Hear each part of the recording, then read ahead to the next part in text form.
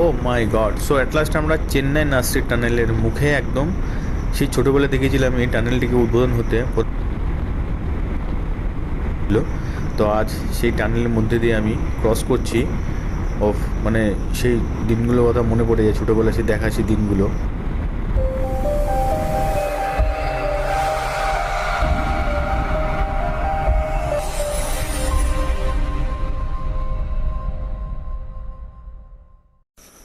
Good morning from Jammu. তো already sunrise হয়ে গেছে, পাহাড়ের ওদিক থেকে সূর্য উঠছে। আর কাল রাতের পর এত আমাদের ঘুম পাচ্ছিল যে আমরা রাতে গাড়ি চালাতে পারিনি, তাই এই ছোট্ট একটি ধাবা বা হোটেল যেটাই বলেন সেটাতে আমরা স্টে করে গেছিলাম। রাতটা একটুখানি মানে রাত থেকে ভোর হওয়া পর্যন্ত আমরা একটুখানি জাস্ট রেস্ট নিয়ে নিলাম। তো এবার আমাদের এখান থেকে যাওয়ার পালা হলো সোজা শ্রীনগর হয়ে ডাল লেক। তো এখন বাজে সকাল 7টা। আর ভালো জোকার। আর আমরা এগোচ্ছি আমাদের নেক্সট ডেস্টিনেশন টুয়ার্ডস শ্রীনগর।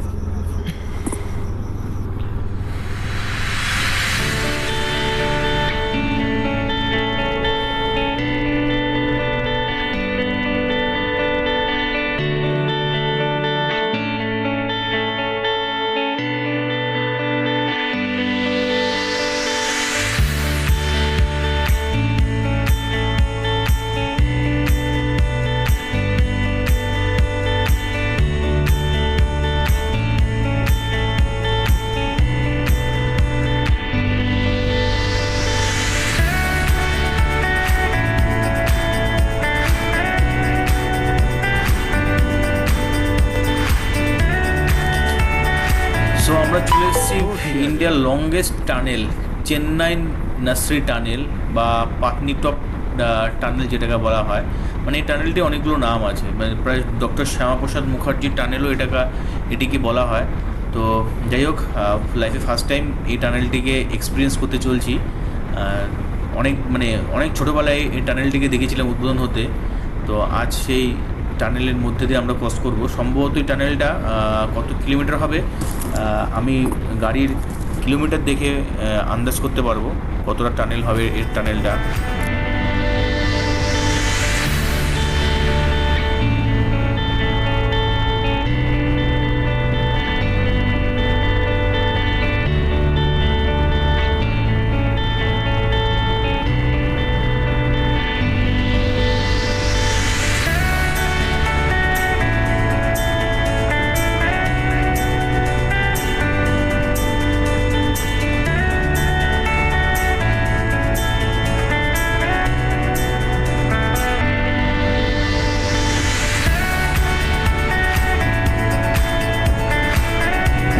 টানেলটার দীর্ঘতম রোড হলো 8.45 কিলোমিটার। গাড়ি কাটা দেখে যা বুঝলাম, মানে মোটামুটি 9 কিলোমিটার হবে এই টানেলটা। তো এরপরে আরেকটা টানেল রয়েছে, তো সেটারও এক্সপিরিয়েন্স কেমন হবে অবশ্যই জানাবো। আর সঙ্গে মানে একটা অসাধারণ ভয়ও লাগে এই টানেলটার মধ্যে দিয়ে, মানে টানেলের মধ্যে ক্রস করতে। তো সেকেন্ড টানেলটার এক্সপিরিয়েন্স কেমন সেটাও জানাবো। তো চলো আমরা এগোতে থাকি। জম্মু হয়ে আমরা যাচ্ছি এখন কাশ্মীরের পথে।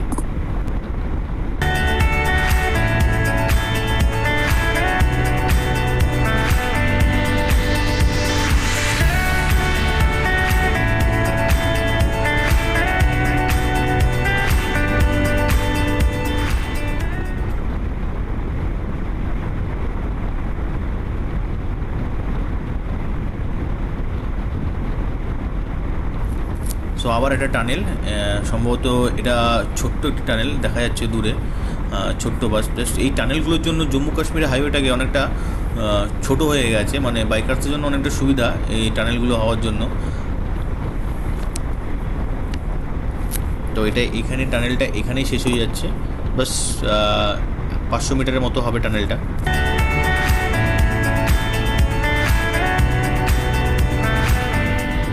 তো আমরা জম্মুর পথে এই রাস্তাটা দেখে অনেকটা সিকিমের কথা মনে পড়ে যাচ্ছে। ঠিক সিকিমের এরকম বাহাতে মানে বাদিকতে তিস্তা নদীর জলের রঙটাও ঠিক এরকমই, অনেকটা সবুজ টাইপের, অনেকটা নীলচে কালার। তো ঠিক সেই সিকিমের রাস্তার দিনগুলোর কথা মনে পড়ে যাচ্ছে। আর ওই সামনে ওই ব্রিজটা দেখা যাচ্ছে, ওটা অনেকটা কন্ডেশন ব্রিজ না, কন্ডেশন ব্রিজ হবে না, তবে সিকিম থেকে মানে ওয়েস্ট বেঙ্গল থেকে যখন সিকিমে ঢোকে তখন এরকম কতগুলো ব্রিজ পড়ে, আমাদের ব্রিজটা পেতে হয়, ঠিক সেরকম ফিল আসছে ব্রিজটাতে। তো যাই হোক, আমি এখন সিকিমে নই, আমি এখন আছি জম্মু অ্যান্ড কাশ্মীরে। আর সুন্দর সানরাইজ হয়ে গেছে অলরেডি, হালকা রোদ, বেশ আরামদায়ক লাগছে। তো চলো দেখতে থাকি আগের রাস্তাগুলো কেমন হবে জম্মুর পথে।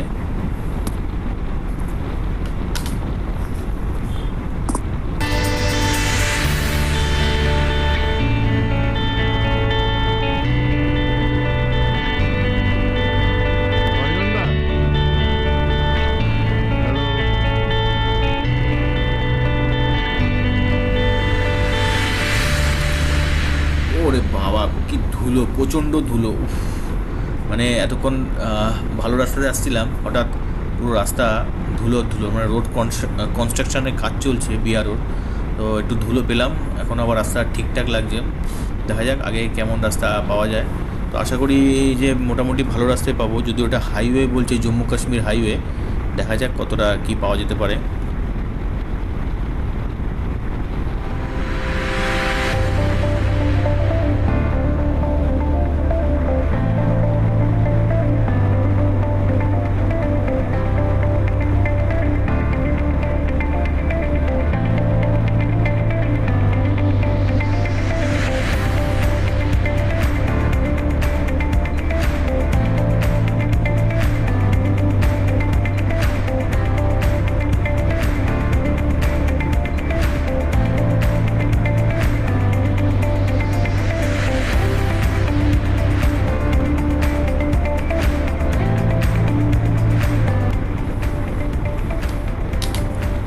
তো এতক্ষণ যেটা এসেছি সেটা সম্পূর্ণ সিঙ্গেল লেন রোড ছিল, সম্ভবত এখান থেকে ডবল লেন হাইওয়ে মেবি, দেখা যাক।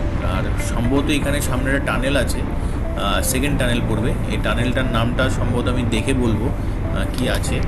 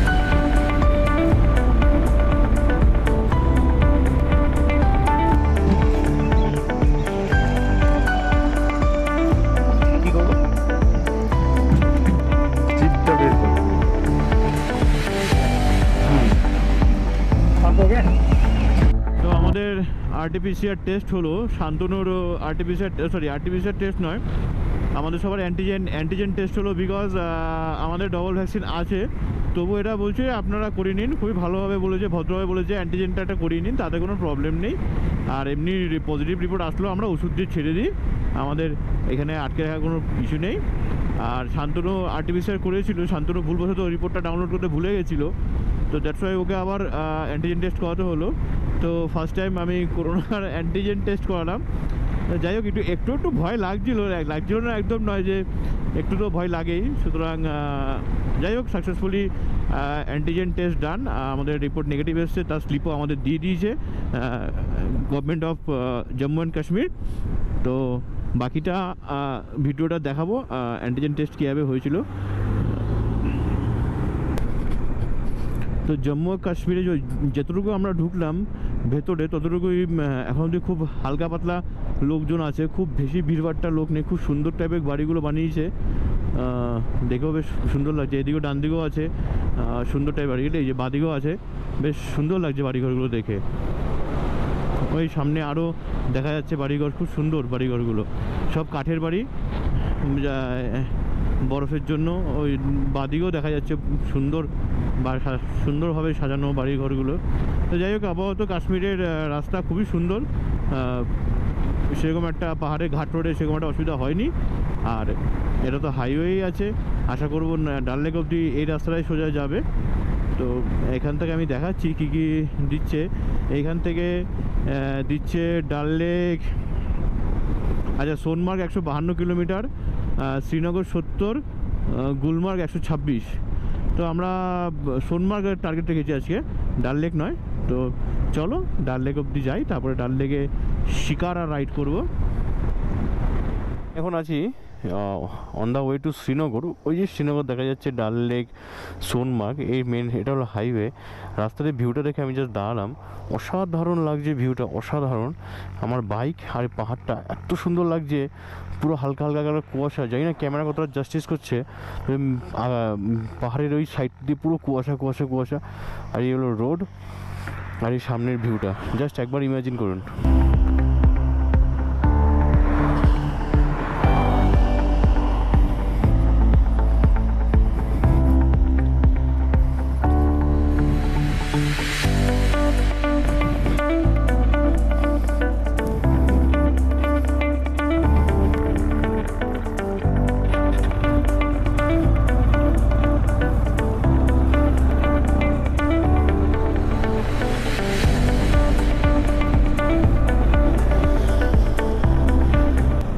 ওদিক থেকে একটা রোড যোগ্য অ্যাড হচ্ছে। আর এই যে দেখাচ্ছে পাম্পোরে শ্রীনগর 25 কিলোমিটার, গুলমার্গ 80 কিলোমিটার।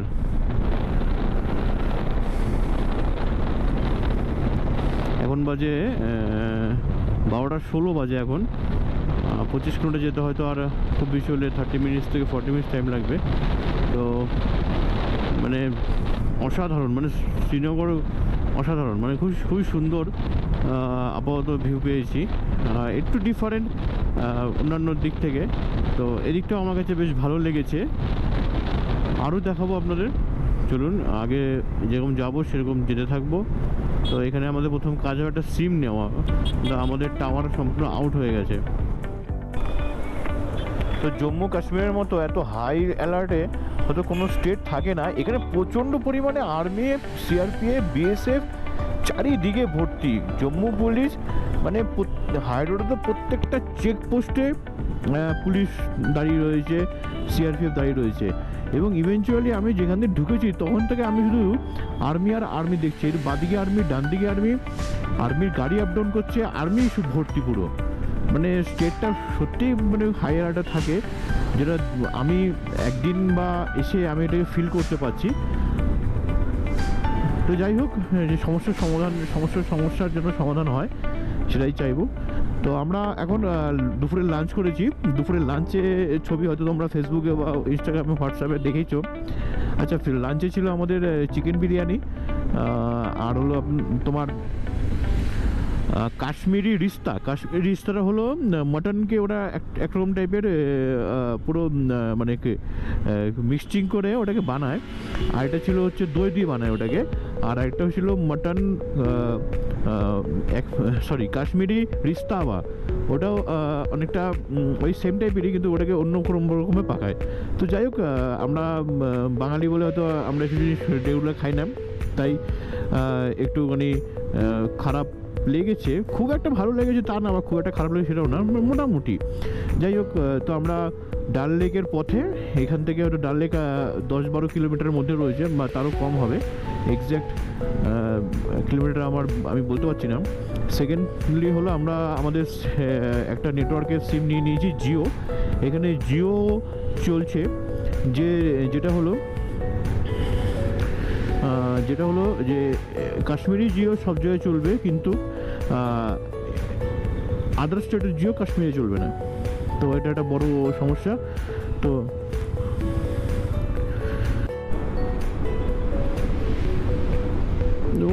তো অ্যাটলিস্ট আমি ডাল লেকে আমার মানে ছোটোবেলা থেকে অনেক রকমের মুভি দেখেছি, যেটা সব থেকে বেশি একটা মুভি আমার বারবার চোখে মনে পড়ে ওই বইটার কথা, যেটা হলো ঘুঙড়ো ঘুঙড়ো শাম রঙে ভুমড়ো আয়ে হো কিস বগিয়া মে ও।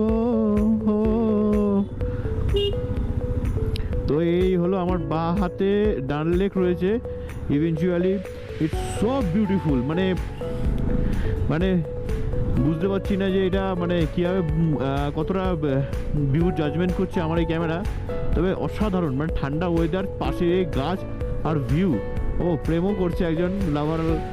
তো দারুণ দারুণ লাগছে, এতদিনের স্বপ্ন সত্যি চোখে দেখতে পাচ্ছি, যেটা পূরণ হয়েছে। তো একটা ছোট্ট ভিডিও না করলে হয় না,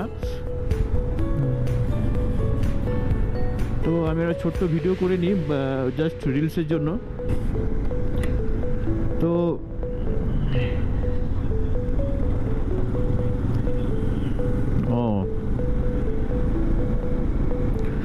তো ও অসাধারণ লাগছে, অসাধারণ অসাধারণ, মানে জাস্ট আমি মুখ থেকে মানে আমি প্রকাশ করতে পারছি না how much beautiful this place, and I am very much so excited. আমি খুবই আনন্দিত আমি আজকে এখানে আসতে পেরে। এতদিনের রাইডারদের ধকল সেটা হয়তো এখানে এসে শেষ হয়ে গেল, মানে এখানে এসে সব ধকলটা যেন সাকসেসে পরিণত হলো শিকারার এই ডাল লেক দেখে। তো এই হলো আমার সামনে ডাল লেক।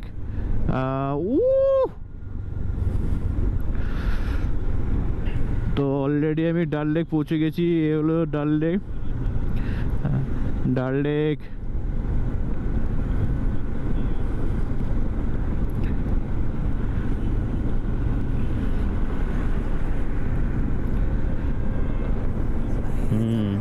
এই যে শিকার, এই যে শিকার। To never give up, to never back down. You get through the storm, even the nights the darkest before the dawn.